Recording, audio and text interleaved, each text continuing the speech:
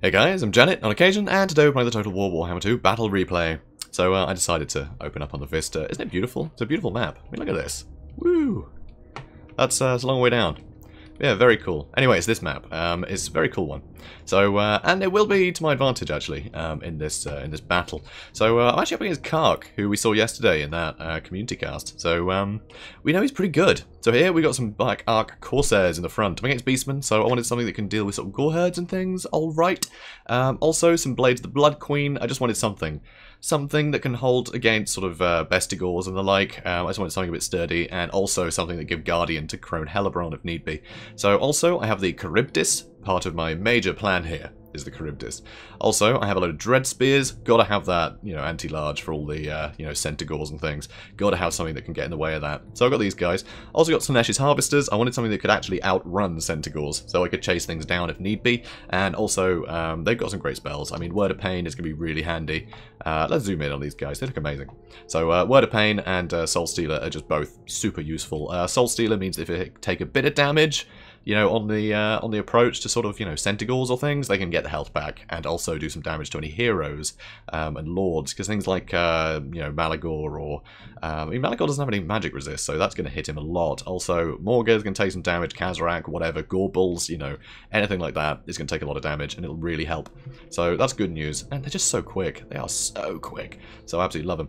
And also, I have Crone Hellebron, of course. She's got all the toys, and I've got her on a Manticore, because frankly, having that, like, mobility is really good against the Beastmen, I find. You can't really compete in the air too much. I mean, yeah, might be some Harpies, which would have been a bit iffy, honestly, because I don't really have any other ranged, so that might have been a bit tricky. But, you know, I think she's pretty safe up there. Ideally, I would have had something with ranged, even just Black Art Corsairs that could help, you know, screen her, but I didn't. So hopefully I won't have to, you know, regret that. Also, we got a Sorceress of Death. That's right, this is part 2 of my major plan. So, Sorceress of Death, I have Soul Blight for basically limiting the amount of damage the enemy can do to me, which is obviously very useful against Beastmen. And also, Doom and Darkness to lower leadership. If I overcast that, it's going to be an area effect, so minus 16 leadership, and if you add that to the Kharibdysses, there we go, Abyssal Howl, which is another minus 8 leadership. The fact that it causes fear is going to lower leadership further, and it's going to terrify everything away. So against Beastmen that tend to have low leadership, like base, yeah, these two guys combined, you know, the Lady Sorceress and, yeah, her big old pet, they are going to do some serious work. So this should be really fun. So my opponent here, Kark, he's got, well, he's gone for the Cygor spam and Bestigors, knowing that Bestigors will be able to defeat anything in the front line except, you know, Harganeth Executioners. Yeah, he's just going to have Cygors to basically destroy all the Executioners. That's the plan here, I believe. So, pretty cool. Also here, he's got Malagor leading the way. So, obviously, he's going to be summoning more Cygors. That's very scary. And he does have a Gorbal for dueling big stuff, which is definitely going to be useful. You know, say I come in here with a dragon or something, just charge in with the Gorbal. Help fight it, you know, with his anti-large. Pretty handy. Also here, he has Chaos Warhounds and 2 Centaurs with throwing axes. And way down here, he's actually got some more Chaos Warhounds, these with poison, and 2 more Centaurs with throwing axes. So he's got a lot of good armor piercing in this army, and I didn't really bring a hell of a lot of armor, to be honest. I have 1 unit that I'd consider, you know, a strong armored unit, which is pretty good. Even my Lord only has 45. So we're going to speed things up and see how it goes. So, moving forwards, so I'm actually going to try and probe this area, so I'm actually going to send my Slaanesh Harvesters are actually commanded to go over there, but these guys ran forwards, because of course you want to get damage in early, so I'm going to pull back Crone Hellebron a bit, push these guys forwards, because if you look at the speed, these guys have 92 compared to the, oh, 95 actually. Oh, they got buffed somehow. What's buffing them, I wonder? Interesting. Anyway, so these guys are pretty quick. These guys will be able to get away just about. But hopefully, if I'm close enough to trigger them skirmishing, I'm going to get the charge animation, and I'm going to accelerate and catch them. So these guys can be caught out. But I'm not going to keep chasing them, because I know they will be able to just run off into the trees, and I don't know what I'll be facing in there. So you can see these guys, they're taking a pretty heavy beating here from the Cygor, which is a bit of a pity, but it's fine, don't worry about it, it's okay. Bestigors, definitely pretty frightening. I mean, the Corsairs are not going to hold up against Bestigors, and these guys are taking a ton of damage before they even get there. So yeah, my Terror bombing is going to have to work overtime here, because these guys, I mean, they're not the worst. I mean, 71 leadership, it's not huge, but I can basically halve that with all my abilities, so it's pretty good. So, Crone Hellebron is probing, I've got the Slaanesh Harvesters probing, and they're going to pull back. So, you know, they're taking some damage, but it's fine. I've scared these guys off again, And now my Kharibdyss is going to start wandering in. I'm going to move all this stuff up. Unfortunately, Execution is still just having a very bad day. My Dread Spears I'm going to position out here. I'm going to throw the odd unit in to back things up, and I'm going to start throwing some stuff towards the Cygors. So it should definitely help. So here, this stuff has got behind me. So luckily though, I do have some Dread Spears that can move back, so that's good news. So here the Kharibdyss is taking a lot of damage from the throwing axes, which is not fun for me. Helibron, she's getting stuck into the Bestigors, get some damage in there. And as you can see, Blades of the Blood Queen are really suffering. But despite all the damage, these guys have been terrified away thanks to the leadership debuffs of the Kharibdyss. So amazingly, the Blades of the Blood Queen and, you know, just some simple Corsairs have managed to tear through these Bestigors, which is pretty damn impressive.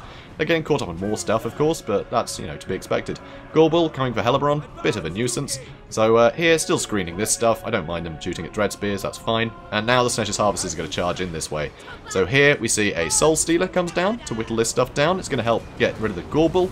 And here he's trying to throw everything into this clump to try and fight through this stuff. These guys have been terrified, and a Soul Blight has gone down on everything to limit their ability to fight me, which is pretty nice. So pretty good. These guys nearly broken.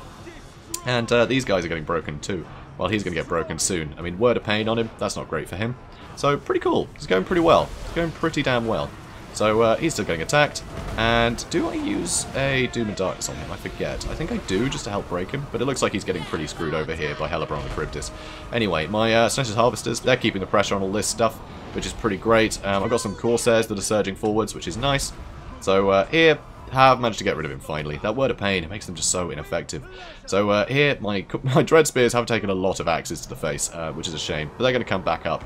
My Sorceress, who is on a cold one, so she's no pushover. She should be able to fight off the Chaos Warhounds pretty well. Gorbel has been frightened away. In fact, I think he got knocked over at the last minute there. I don't know if he died or not.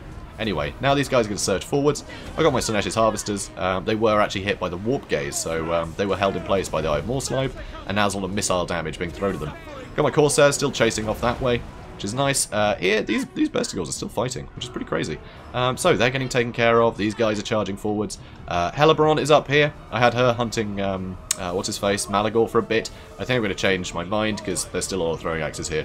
And look at this. Now I'm fighting 3 Cygors, which is pretty crazy. That's a summoned one, so he's getting very damaged. This one barely scratched. This is pretty iffy, honestly. So, everything's moving up. And here, God, still fighting these Bestigors. At least I'm keeping them busy. These Corsairs are going to move up soon. Still getting shot in the back by these guys, which is a bit of a pity. But, you know, I've got a pretty solid line here. My Kharibdyss should do really well fighting this stuff, which is pretty nice. Unfortunately, my guys get terrified too by all of the Cygors here. And here now, Soul Blight to limit the amount of damage these guys can do. 25% of a crazy amount of damage is pretty significant, so that's nice. And here I do actually use the Gaze of Cain, which is pretty nice. So that's really going to help me out. These guys are going to be very tough.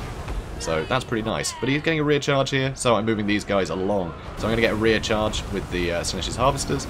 And at this point, I believe this is Doom and Darkness. So now everything's leadership has been hit very hard. And it doesn't seem to be having a huge effect. I mean, this guy's been scared away. Okay, these guys have all broken now. So that's pretty great. So, huge clump of very powerful infantry. That one's been shattered, which is pretty great. I'm Morslide, still a fair bit of health, but nope, he's been shattered just by the huge amount of leadership debuffing there. That's pretty great. These guys are now moving back up, which is a pain. And here, I'm actually going to get my... I'm going to get stuck into all this. I want to chase this stuff off a bit. So it looks like... Yep, are they gone? Are they gone? It looks like they've gone. Nice. So that's pretty great. So I'm getting this stuff chased off, and honestly on the cold one, the Sorceress is pretty resilient against, you know, this kind of stuff. She can hold her own for a bit.